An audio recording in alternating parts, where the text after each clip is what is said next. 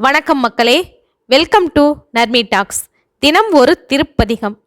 இன்று திருஞான சம்பந்தர் இயற்றிய கோளறு பதிகத்தில் இருந்து 5ஆம் பாடல். நஞ்சனி கண்டன் எந்தை மடவாள் தனோடும் விடையேறும் எங்கள் பரமன் துஞ்சிருள் வன்னி கொன்றை முடிமேல் அணிந்து என் உளமே புகுந்த அதனால் வெஞ்சின அவுணரோடும் உருமிடிய மின்னு மிகையான பூதம் அவையும் அஞ்சிடும் நல்ல நல்ல அவை நல்ல நல்ல அடியார் அவர்க்கு மிகவே.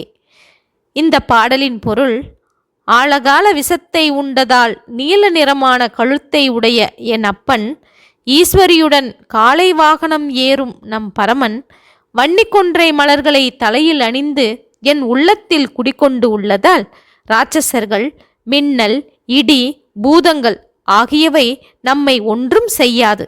எனக்கும் அடியவர்களுக்கும் அது மிக நல்லதே